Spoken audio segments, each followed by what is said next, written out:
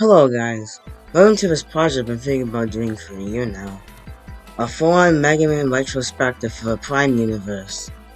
Starting with Mega Man 1, and finally ending off with Mega Man Legends 2. But speaking of Mega Man 1, today we'll be covering Mega Man 1 through 6. Without further ado, let's start with Mega Man 1. But now that we're talking about this game, I gotta say, you can definitely tell that this game is the first Mega Man game, alright. I'm not gonna bring up the American box art. While not being as good as the Japanese box art, the American box art got better at the game. But another reason is that Mega Man 1's American box art has been beaten with a baseball bat with spikes, a sledgehammer, and set on fire with a flamethrower from the General Republic. Now to get to the actual game itself. And with saying this, I can basically copy and paste it for every other Mega Man game in existence. You play through usually 8, but in this game's case, 9 Robot Masters as you go through the levels. Then meet them at the end for the boss fight. We get a special weapon that will be the weakness of another boss. It's worked well enough to have the series last almost 35 years. But being completely honest, I find this game to be kinda boring. A lot of the time, this game has bare bones level design in my opinion, and there isn't really a reason not to use anything but a Luckman's weapon. Most of these games have pretty good sprite work for NES games. Anyways, Mega Man 2 is a slight improvement on Mega Man 1, mostly because of most of the stuff in this game is solid. Solid backgrounds. It mostly has okay level design, but it'll get solid sometimes. And really good music. In fact, all of these games have a banger. This game introduces the most overpowered special weapon in the Mega Man series.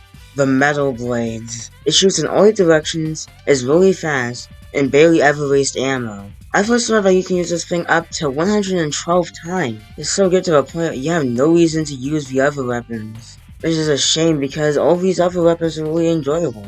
Airman's weapon is good for aerial coverage, Leaf Shield is a good shield weapon. Quick Boomerang is something I never really use since Quickman is usually the last movement master I face. But it's a decent boomerang. The Metal Blades are just so good to the point it eliminates any challenge this game would have. Though interestingly enough, this game is usually top 5 when you search up best Mega Man games ever. I guess this game having sold the most of any Mega Man game might have something to do with it. I mean, Mega Man 2 is good and all, but it being one of the best, if not the best game in the series, it's really stretching it in my opinion. Mega Man 3 is also going to be find in like the top 10 if you search up best Mega Man games ever. Mega Man 3 in my opinion is probably Mega Man 2 but slightly better. A lot of the stuff I said about 2 can be said about 3. The level design is either okay or good, but I mean, I find a lot more stages in this game enjoyable. But for both of these games, the level design is never great. It probably has my favorite soundtrack in the NES games. It also has a pretty good weapon selection. Magnet Missile, Shadow Blades, and Surf Snakes are really fun to play around with.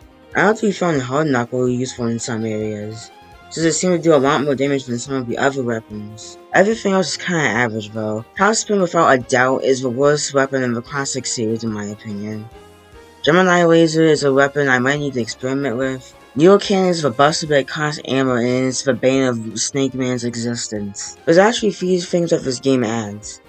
The Slide, Rush, and Break Man. The Slide is used in levels to travel under gaps that you can't run through, which is what makes some of these levels better to me. Also allows you to easily dodge bosses' attacks more easily. Rush replaces the numbered items. The number of items were basically items that would help you with platforming, but for this game and for the rest of the classic series, they made a character for it. I found Rush's abilities to be more helpful than the numbered items of past games. There's Rush Coil, that's a simple spring move, Rush Jet, which allows you to fly while riding Rush, and finally Rush Marine, which will have Rush take the shape of a submarine, and you use these for water sections, like the 2 water sections that are in this game. And finally Break Man. This guy will show up in the middle of stages to fight you.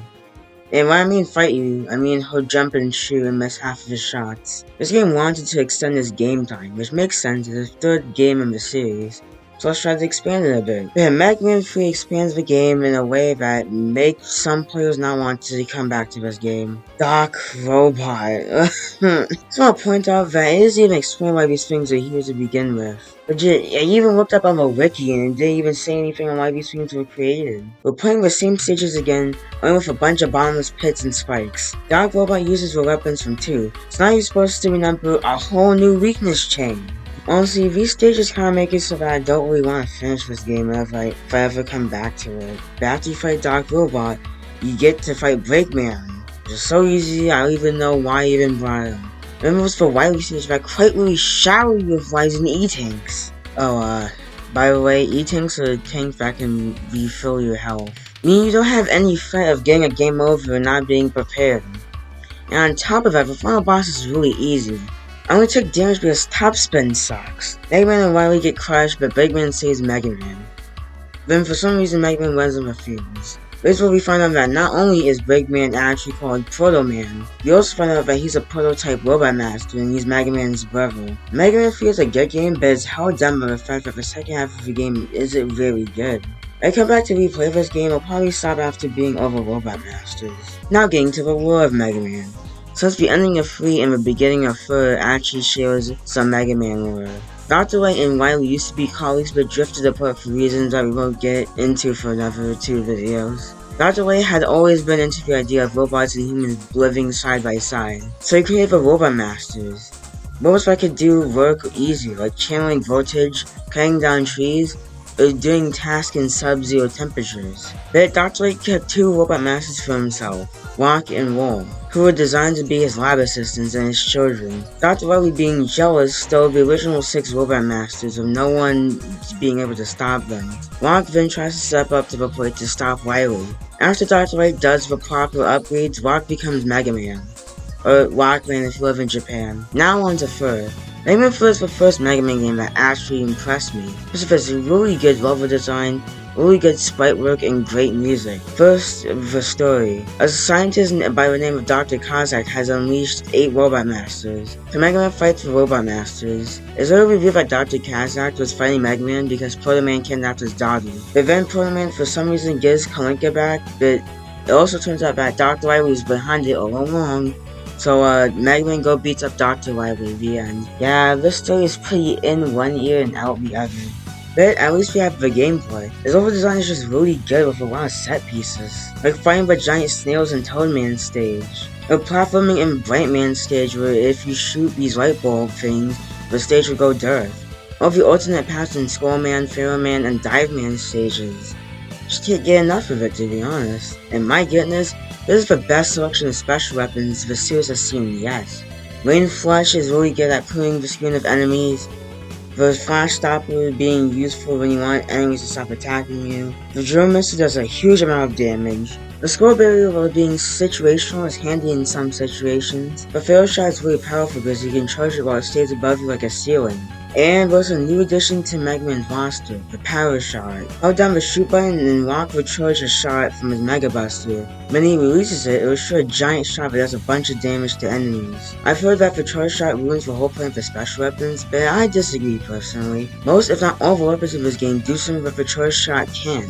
In terms of flaws that this game has, it has 7 castle stages with no refills on special weapon ammo.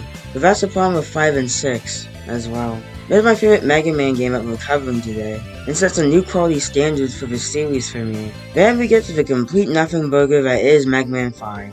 Starting with the story. Proto Man has released 8 Robot Masters and we kidnap Dr. Light, go stop him. But I guess because Proto Man, or Bruce if you live in Japan, is the antagonist, I guess we should get to his backstory.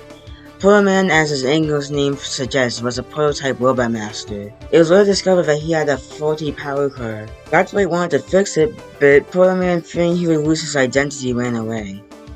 But at some point his energy reactor depleted.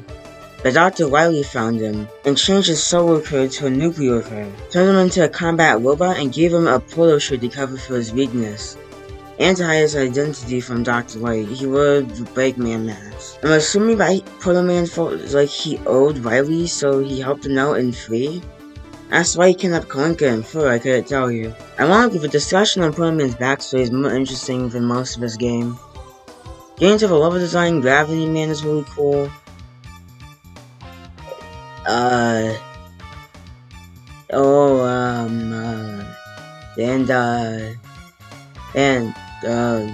Yeah, that's really it. Toad Man doesn't really do anything with his theming.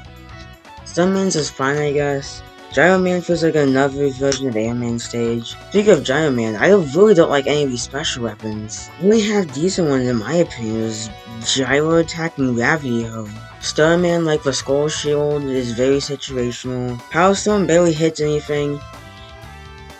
And somehow, in some way, someone looked at Charge Kick and said, yeah, this would be very useful. Now this is a game where I can say about the Charge Shot is better than the rest of these special weapons. Thanks to Dr. Kozak, the Charge Shot is much bigger. But I guess to counteract that, the Charge goes away if you get hit. Going to Proto Man's castle, you find out that a robot named Darkman feigns Proto Man of kidnapping Dr. Light.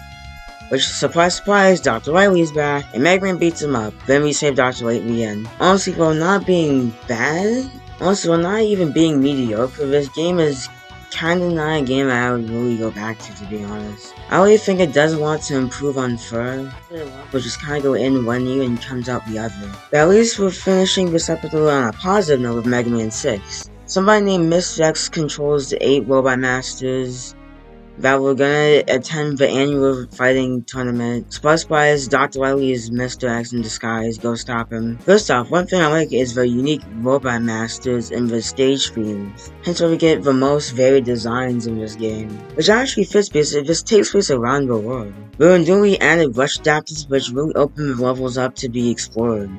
The power form is super strong but has poor range on its attacks. While the flying form doesn't have a charge shot but it can fly. These are really fun to play around with, but it kinda validates the special weapons a bit, but there is still some I like the Super Tomahawk or the Center Flash. Mega Man 6 to me is a blast to play, and is close second to Mega Man 4. Before we end today's video, I just thought I'd give a slight mention to Rockman for Complete Works, and also Rockman the Wily Wars. Rockman the Wily Wars is a remaster of Mega Man 1 through 3. Since usually I didn't really find it necessary to play these games, and Rockman the Complete Works are re-releases of Mega Man 1 through 6. To my knowledge, is a remastered version of the games. It has a put system, a navigation system, and a CD quality soundtrack, which I think is either on par or better than most of the original soundtracks. That concludes this review. I'm interested to see what you guys have to say about these games. Next time we'll be talking about Mega Man 7, 8, and Bass, which I'm excited for that. Anyways, this is Simple Production signing off.